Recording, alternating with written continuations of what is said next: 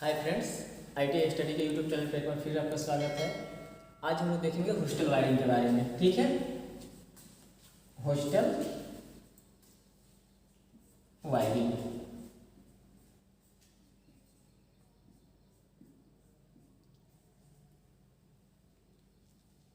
Hostel wiring तो hostel wiring के लिए हमें 1 वे स्विच और 2 वे स्विच दोनों की आवश्यकता पड़ेगी। ठीक है, सबसे पहले इसका सर्किट डायग्राम हम लोग देख लेते हैं। यहाँ पर आपका ये 1 वे स्विच होता है जिसको मास्टर स्विच के नाम से भी जाना जाता है। ठीक है, मास्टर स्विच के ही साथ एक और 1 वे स्विच का यूज हम लोग करते हैं ओवरऑल कंट्रोलिंग के लिए। ठीक है, इसी का ध्यान रखेंगे आप लोग। इसके बाद ये हमारा 2 वे स्विच हो गया, ये है 2 वे स्विच।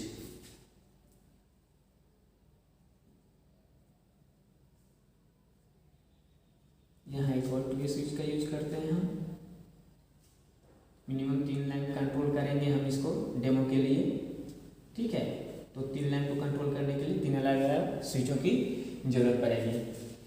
अब आपको पता है कि जो 1 वे स्विच है ये इसका नीचे वाला टर्मिनल होता है। ठीक है, तो इसको क्या करना है, जैसे ये हमारा फेज वायर जो आएगी वो सबसे पहले मास्टर स्विच जो है, मास्टर स्विच के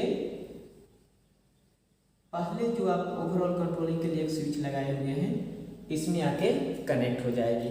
इसके बाद इसका जो आउटपुट है ये आपके मास्टर स्विच से आकर कनेक्ट हो जाएगी। ठीक है, इसका जो आउटपुट है वो मास्टर स्विच से आके कनेक्ट हो गया। अब यहीं से ये जो वायर है ये प्रत्येक 2 वे स्विच के नीचे वाले टर्मिनल में ऐसे ला करके आपको कनेक्ट कर देने हैं।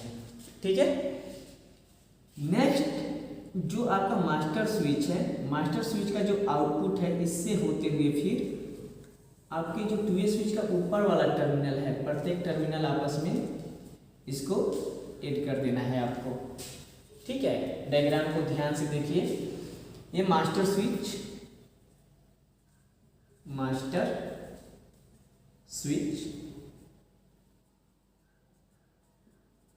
तो मास्टर स्विच का जो इनपुट है इससे भी, ठीक है, एक वायर जो है आपके 2 वे स्विच के नीचे वाले टर्मिनल में कनेक्ट हो गई ओवरऑल, और इसका जो आउटपुट है इसके आउटपुट से भी एक वायर जो है इस 2 वे स्विच के ऊपर वाले टर्मिनल में कनेक्ट हो गई। जितने लैंप लगाने हैं आप इसके अकॉर्डिंग और भी स्विचों की संख्या बढ़ा सकते हैं, इसको लगा सकते हैं। ठीक है, अब आपका 2 वे स्विच का मिडिल पॉइंट जो है, ठीक है, मिडिल टर्मिनल जो है ये खाली रह रहा है। ठीक है, ये आपके लैंप कंट्रोलिंग के लिए यूज होगा।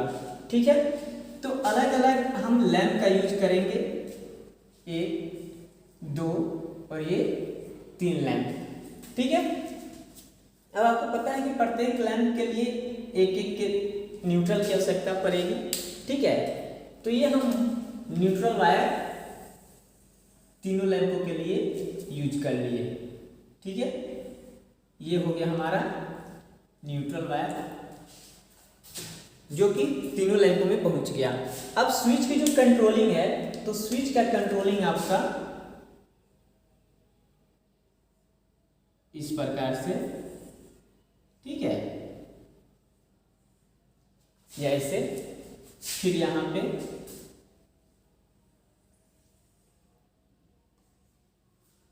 ऐसे, और फिर यहां पर ये ऐसे। ठीक है, ये हो गई स्विच की कंट्रोलिंग। यही होती है हॉस्टल वायरिंग। ठीक है, ये एल है अर्थात लाइव वायर और ये एल न्यूट्रल वायर। ठीक है, सप्लाई हो गई है आपकी। अब इसमें क्या होता है कि जैसे मास्टर स्विच जब तक आपका ऑन है, ये मास्टर स्विच के पहले मेन स्विच ऑन रहनी चाहिए सप्लाई ओवरऑल देने के लिए। ठीक है, तो मेन स्विच ऑन है तो स्वाभाविक है कि मास्टर स्विच के पास भी सप्लाई पहुंच रही है, और मास्टर स्विच से बाईपास होते हुए 2 वे स्विच के पास भी सप्लाई पहुंच रही है। तो इसमें क्या होता है कि जब हमारा मास्टर स्विच ऑन है तो 2A स्विच के दोनों टर्मिनल पे सप्लाई ऑन है, ठीक है, दोनों टर्मिनल पे सप्लाई पहुंच रही है। तो किसी भी परिस्थिति में आपका स्विच ऑफ कीजिएगा या ऑन कीजिएगा, लाइट नहीं बुझेगी, ठीक है। अगर आप मास्टर स्विच को ऑफ करते हैं तो यहाँ पर सिर्फ इसको 1 वे मिलता है, ठीक है, सिर्फ ये इधर से होते हुए आपका करंट फॉलो कर रहा है, ठीक है। तो यहाँ पर क्या होगा कि सिर्फ 1 टर्मिनल पे आपके सप्लाई मिलेगी स्विच के, और ऐसे कंडीशन में सिर्फ 1 साइडेड आपका स्विच काम करेगा, 1 साइडेड काम नहीं करेगा, अर्थात ऑफ और ऑन दोनों होगा। लेकिन जब मास्टर स्विच ऑन होगा वैसे परिस्थिति में आपका लैंप किसी भी परिस्थिति में ऑफ नहीं होगा, प्रत्येक परिस्थिति में ये जलता रहेगा। तो ये आपकी 2A स्विच है, ठीक है, 2A स्विच, ये भी आपकी 2A स्विच है,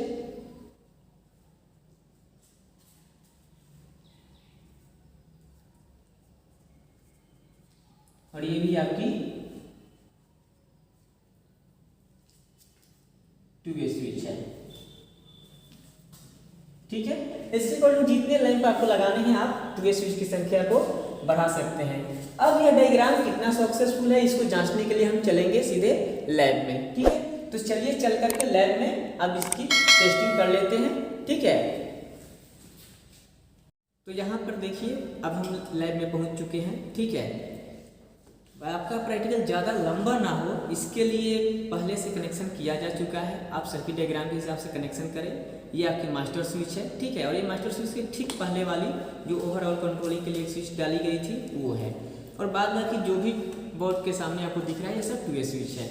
तो यहाँ पर मास्टर स्विच आपका ऑफ है, बट जो ओवरऑल कंट्रोलिंग के लिए स्विच दी गई है ये आपका ऑफ है। ऐसे कंडीशन में पूरी सप्लाई आपकी देखिए ऑफ है। अब हम इसको ऑन करते हैं, ठीक है। तो ऑन करते हैं तो हमारा जो भी 2A स्विच है देखिए 1 वे के रूप में काम कर रहा है, ठीक है। लेकिन जैसे ही हम मास्टर स्विच को ऑन कर देते हैं, ठीक है, मास्टर स्विच हमारा ऑन पोजीशन में है, तो यहाँ पर किसी भी कंडीशन में आप स्विच को ऑफ कीजिए या ऑन कीजिए, पोजीशन इसका चेंज कीजिए, लेकिन ये लैंप आपकी नहीं बुझेगी, ठीक है। तो ये होती है हॉस्टल वायरिंग। हॉस्टल वायरिंग के तर्ज पर ही बैंक वायरिंग भी की जाती है। इससे बेनिफिट क्या होता है, ये जो मास्टर स्विच होती है ये आपके वार्डन चैम्बर में होती है, ठीक है, या फिर बैंक में मैनेजर चैम्बर में। तो इससे जैसे कि क्लास का टाइम है, क्लास टाइम में कोई बच्चा क्या किया, लैंप या पंखा जलते हुए छोड़ के चला गया, तो बिजली की बचत करने के लिए या फिर वार्डन को प्रत्येक रूम में घूम कर नहीं देखना पड़ेगा, वो क्या करेगा, यहाँ से ओवरऑल जो स्विच दिया गया है इससे ऑफ कर देगा, ठीक है। या फिर ऐसा है कि ये मेन पढ़ाई का टाइम है, शाम का टाइम है, बट किसी बच्चे को इस लैंप की जरूरत नहीं है, ठीक है। तो वहाँ पर हम क्या करेंगे कि मास्टर स्विच को ऑफ कर देंगे। तो ऐसे कंडीशन में बच्चा अपना 1 वे स्विच के रूप में जिसको जरूरत होगी वो अपना लैंप जला के पढ़ेगा, जिसको जरूरत नहीं है तो अपना लैंप बुझा लेगा।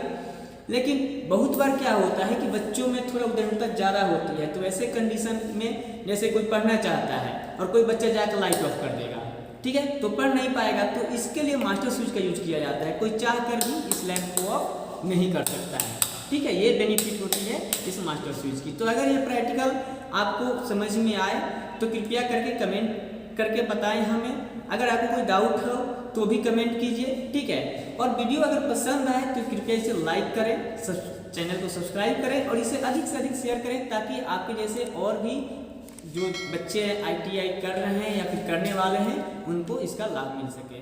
धन्यवाद।